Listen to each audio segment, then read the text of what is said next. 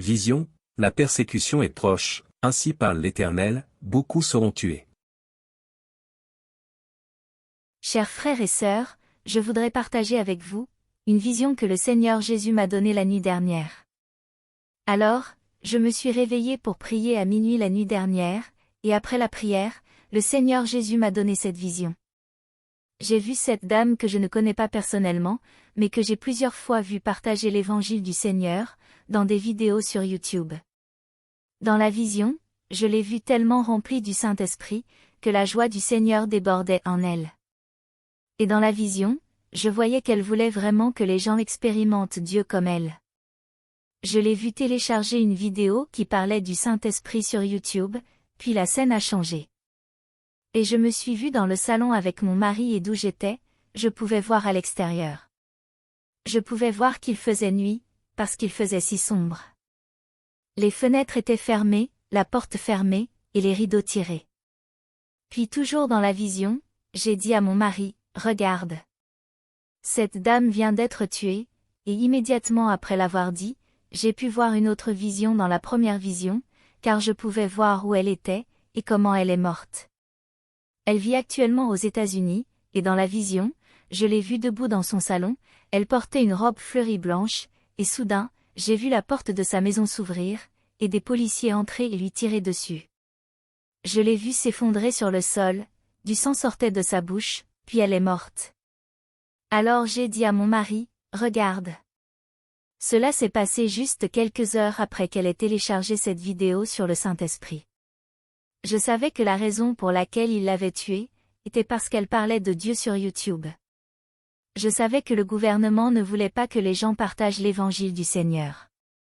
Immédiatement après, j'ai entendu des gens à l'extérieur de chez moi, et la situation était toujours la même, c'était durant la nuit, j'ai entendu des gens à l'extérieur de chez moi et j'ai vu une personne essayer de bouger un rideau à l'une de mes fenêtres, puis j'ai dit à mon mari, « Regarde. Il y a des gens qui essaient d'entrer dans la maison, il y a des gens à l'extérieur. » J'ai tout de suite su que notre maison était complètement encerclée, et j'ai su que ces gens voulaient nous tuer, et que la persécution contre quiconque voulait partager l'évangile ne se passait pas seulement dans un pays, mais dans le monde entier, puisque la dame que j'ai vue au début de la vision vivait aux États-Unis, et moi en Afrique. Donc, ces gens avaient encerclé ma maison, et je savais qu'il s'agissait d'autorités qui avaient été envoyées pour tuer quiconque partageait l'évangile de Jésus.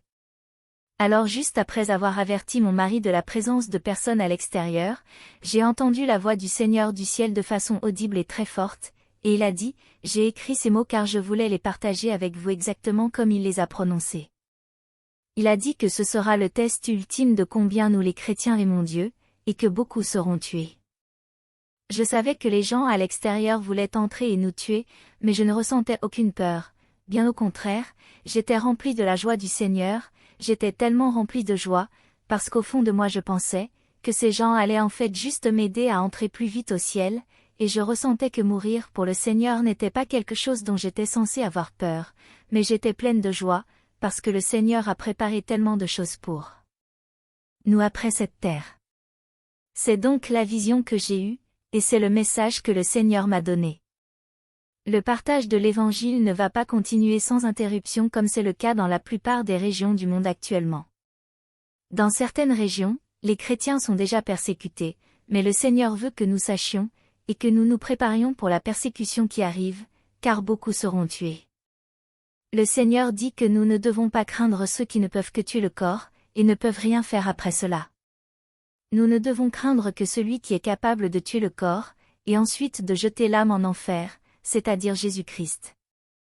Ainsi, le Seigneur a dit que la persécution qui vient, sera le test ultime de notre amour pour lui, ce qui veut dire que nous ne devrions pas renier Jésus, quelle que soit la situation dans laquelle nous nous trouverons. La raison pour laquelle le Seigneur nous dit cela maintenant, avant que ça n'arrive, c'est parce qu'il veut que nous soyons prêts à ce moment-là, parce que si maintenant, vous êtes occupés à courir après les choses du monde, quand ce moment viendra, vous allez certainement renier Jésus, parce que votre vie va vous sembler plus précieuse, et vous n'aurez pas la force spirituelle pour résister. C'est pourquoi vous devriez lire la parole de Dieu maintenant, car vous n'aurez toujours pas ces messages que nous partageons de la part du Seigneur. Ne pensez pas que vous pourrez toujours y accéder. Il arrive un temps, où vous ne pourrez plus accéder à tous ces messages en ligne.